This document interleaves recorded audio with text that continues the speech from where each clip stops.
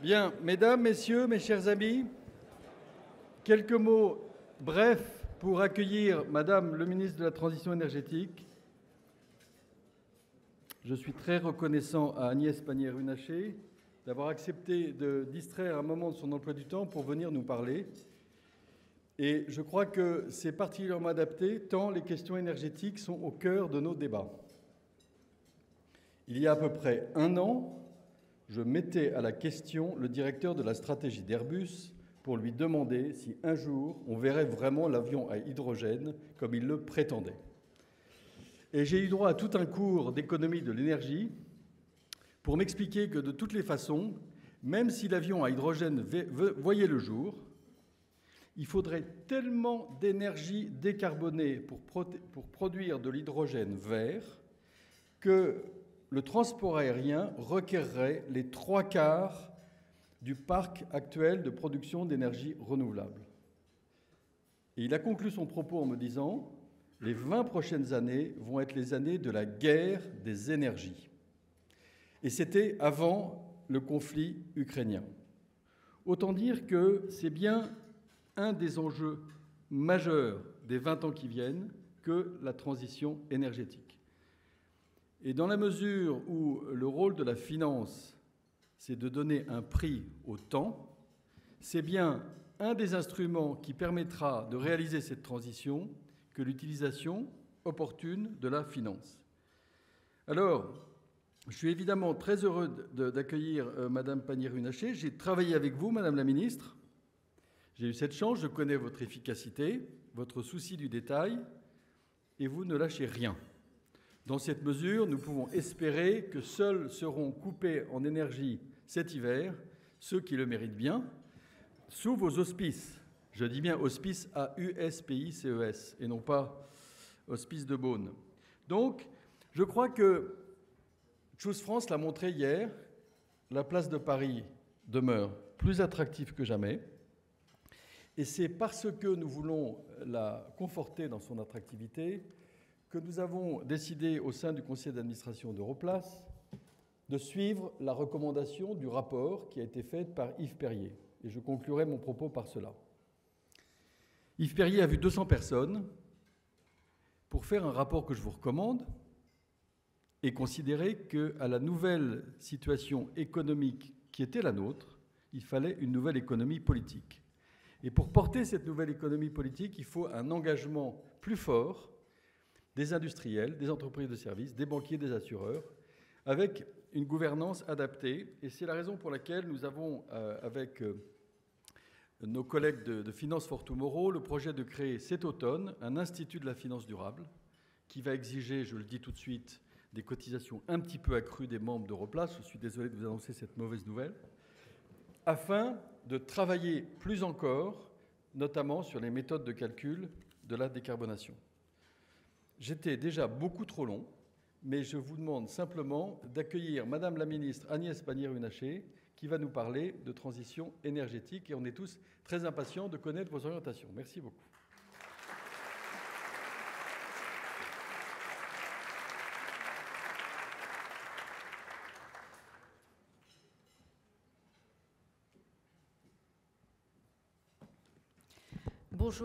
Bonjour à tous. Merci, cher Augustin. Ce que ne vous dit pas Augustin, c'est que c'était mon patron, en fait, il y a une dizaine d'années. Voilà. Je suis très heureuse d'être avec vous près de 2 mois après ma prise de fonction. Je voulais avant tout vous remercier de cette initiative et de cette invitation qui permet de faire le pont, finalement, entre mon action passée au ministère de l'Industrie, au service de la compétitivité, et d'évoquer avec vous les nombreux enjeux économiques et financiers de la transition énergétique. Des enjeux qui étaient, et pas seulement parce qu'il n'y avait pas de climatisation, au cœur de la journée Choose France d'hier. Je crois que ça ne vous a pas échappé. Je voulais également vous remercier de votre contribution. Effectivement, le rapport Perrier, pour faire de la place financière de Paris une référence pour la transition climatique, comporte un certain nombre de pistes qui seront très utiles pour le gouvernement. Je salue notamment votre annonce du lancement de l'Institut de finance durable, qui a vocation, en intégrant un large panel d'experts, d'accompagner la trajectoire de décarbonation de la place financière. Et je veux m'arrêter un instant sur ça.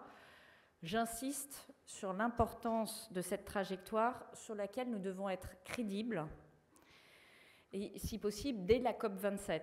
La COP27, c'est Sharm el-Sheikh, c'est fin novembre. Aujourd'hui, on parle beaucoup, on peut nous reprocher de ne pas toujours tenir nos engagements. Et c'est d'autant plus important pour la place de Paris et pour les banques françaises que ces banques ont un rôle systémique en Europe. Donc elles sont plus regardées, me semble-t-il, que d'autres. Quelques mots sur ma mission. Ma mission, c'est de faire face à l'urgence climatique et de faire de la France le premier grand pays au monde à sortir de sa dépendance aux énergies fossiles. Pour cela, ma stratégie s'appuie sur 4 piliers, c'est très classique, très attendu. Le premier pilier, c'est la sobriété énergétique. Le deuxième, l'efficacité énergétique, et je ne confonds pas les deux. Le troisième, l'accélération des déploiements des énergies renouvelables. Et le quatrième, la relance de notre filière d'excellence, la filière nucléaire. Je rappelle que le nucléaire, c'est aujourd'hui l'énergie qui émet le moins de carbone, puisque c'est 4 grammes par kilowatt. Cette action s'inscrit dans une perspective européenne plus large, et notamment dans le cadre du paquet climat que nous venons d'adopter. Je présidais il y a 2 semaines, d'ailleurs jour pour jour, jusque tard dans la nuit, le Conseil énergie qui a permis de boucler l'accord sur le paquet climat Fit for 55. Et je voudrais juste en dire un mot. Ce paquet Fit for 55, il est extraordinairement ambitieux. Je pense d'ailleurs qu'on n'a pas tous pris tout à fait la mesure de ce sur quoi nous tombions d'accord collectivement autour de la table en termes d'ambition. Il prévoit le rehaussement de près de 30% de nos objectifs de baisse d'émissions de gaz à effet de serre à horizon 2030. On passe de moins 40% à moins 55%. Mais surtout, il se décline par secteur. Et comme on dit dans l'administration, ce sont des objectifs mordants, c'est-à-dire qui ont des conséquences sur les activités économiques secteur par secteur. Alors en matière d'action climatique, la France n'a pas attendu pour agir. Nous pouvons notamment nous prévaloir d'une électricité à plus de 90% décarbonée, ce qui est un sacré atout aujourd'hui. Cet atout, d'ailleurs, moi je le mets beaucoup en avant dans des conversations qu'on peut avoir dans des réunions type Choose France, et effectivement, ça fait mouche par rapport aux investisseurs et aux industriels qui peuvent être intéressés à investir en France. Cette électricité décarbonée, elle est notamment liée à notre parc nucléaire que nous relançons avec la construction de 6 nouveaux réacteurs, un parc qui a été construit dans les années 70 pour assurer notre résilience et notre sécurité d'approvisionnement et qui continue de le faire, puisque c'est parce que nous disposons de nucléaire que nous sommes aujourd'hui plutôt en meilleure situation que d'autres au niveau européen et moins dépendants du gaz russe que d'autres, et que nous pourrons cet hiver être solidaires de nos voisins européens. Dans ce contexte, ma mission face à l'urgence climatique doit aller de pair avec l'action en faveur de la compétitivité des entreprises. Alors ce n'est pas forcément simple compte tenu de ce que j'ai dit sur le paquet Fit for 55. Vous le savez, d'abord sur la décarbonation, un travail important a été engagé depuis plusieurs années pour écrire des feuilles de route de décarbonation au niveau de chaque chaîne de valeur.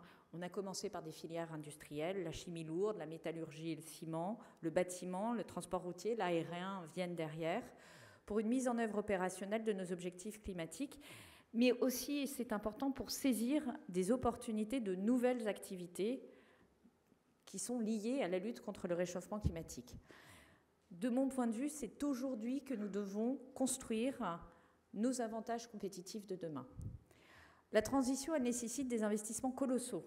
Avant l'accord Fit for 55, on n'a pas complètement pris la mesure encore de cet accord et de ce qu'il représente, mais déjà avant l'accord, donc avant rehaussement de 30% de l'objectif, les besoins d'investissement annuels en France étaient estimés entre 50 et 80 milliards d'euros par an, privés et publics. Et donc, si je me place de votre point de vue, la transition énergétique, c'est une véritable opportunité pour la place de Paris.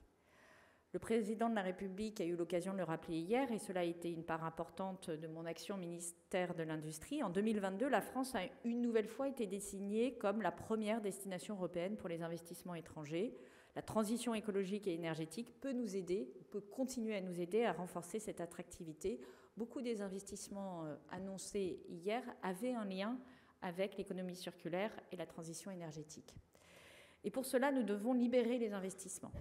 Cela ne peut se faire qu'avec une action conjointe et coordonnée de mobilisation des financements privés et publics, l'accompagnement, la réglementation, la mise en place de conditions propices à l'investissement privé sont indispensables.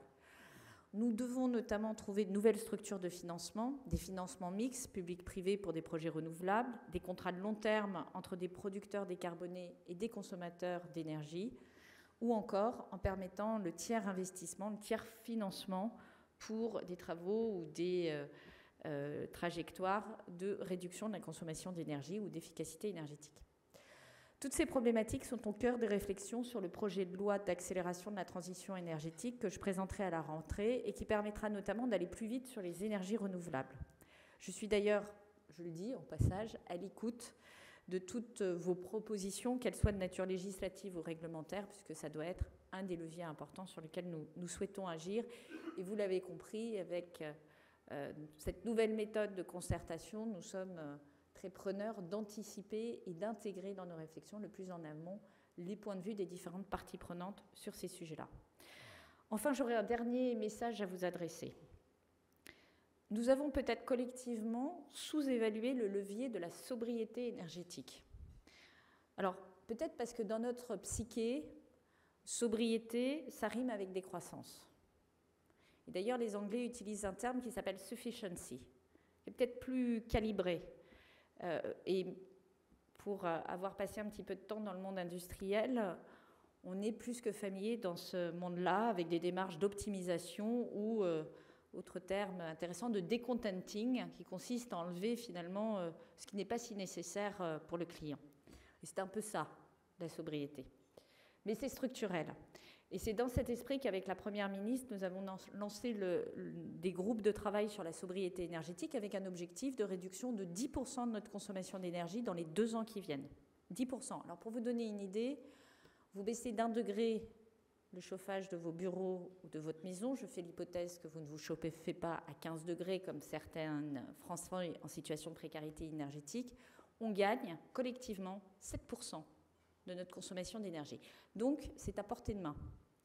Et cette première marche, elle est nécessaire si on veut tenir nos objectifs de transition énergétique à horizon 2030 et 2050, puisque si vous vous référez aux scénarios qui ont été écrits notamment par RTE sur comment on boucle nos objectifs de transition énergétique par de la production d'électricité additionnelle et par des économies d'énergie, la marche à franchir, c'est 40% de réduction de notre tendanciel de consommation d'énergie. Donc, il vaut mieux commencer maintenant et il vaut mieux commencer par ce qui est le plus facilement atteignable, les quick wins en mauvais français.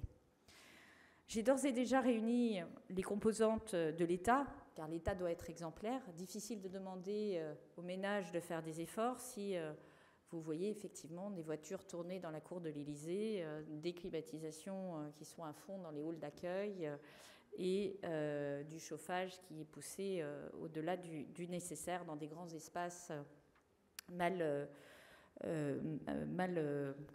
protégés.